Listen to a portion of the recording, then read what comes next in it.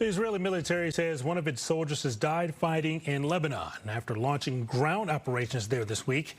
Israel's foreign minister also just barred the United Nations Secretary General from entering Israel, accusing him of showing bias against the country. Now, this comes right after Iran's supreme leader slammed the U.S. and other European nations from having a presence in the Middle East. Tensions there have been on the rise for days now, with Iran launching its first missile strikes on Israel. We're going to break it down with Robert Pape this morning. He's a political science professor at the University of Chicago and author of Bombing to Win, which studies every air campaign since World War I. Professor, thanks for being with us. Glad to be here. Well, this attack was much, much larger than the one that Iran launched back in April. Is it a sign that Iran is growing more bold and intent on an all-out war with Israel? It is a sign that we are in the midst of a highly dangerous crisis. This has been building actually since October 7, almost a year ago. But in particular, since April, we are now seeing both Israel and Iran crossing each other's red lines, killing leaders critical to the other side. There was an Iranian plot to try to assassinate Netanyahu, the Israeli leader. And now what we're seeing is attacks on cities. And so what we are seeing is already a highly dangerous crisis point.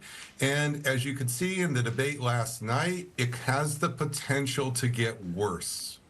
Now, Professor, how are you expecting Israel to respond here? Are you expecting them to maybe go after Iran's oil fields and try to impact their economy? Or do you think this will stay strictly going after military targets? Well, the big concern among military strategists came up at the debate between Vance and Waltz last night when they were directly asked, what do you think about an Israeli preemptive strike on Iran's nuclear program, its nuclear facilities? So for a long period of time now, decades, Iran has been drip by drip by drip building the capacity for a nuclear weapon. And we know that we have, with the IAEA and the U.S. administration, we know they're just days away from being able to assemble multiple nuclear weapons. So this is not something that's hypothetical anymore. It's not something that's out in the distance. And so now, as we're in the midst of this crisis where each side is attacking the other's red lines on their homeland territory, no surprise, we're now wondering, will Israel go the next rung up the ladder and attack Iran's nuclear facilities?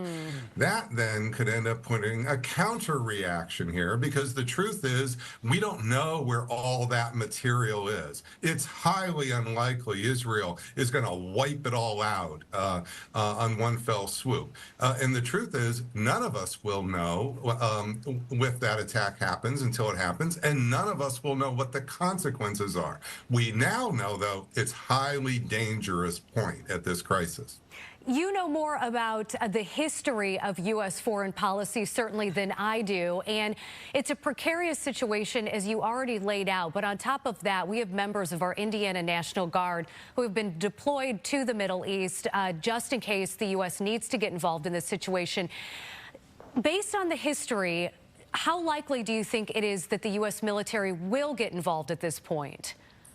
The U.S. military now is at greater risk of becoming involved than since we took on ISIS now well over 5, 6, 7 years ago. So there's been a period of time. We had a lot of engagement, of course, when we were fighting ISIS. Then in 2018, we effectively defeated ISIS. Well, since 2018, there's been relatively little risk to American soldiers in the Middle East. That has now changed. And in fact, one of the reasons the Biden administration is providing more troops in is because the level we have now is actually a very dangerous level. So we have a low level there now. We either got to pull them all out, or we got to put in a little more so that we can actually do more to protect them against future Iranian threats. And that just shows, again, another way in which we are now at an extremely precarious point in this crisis for America.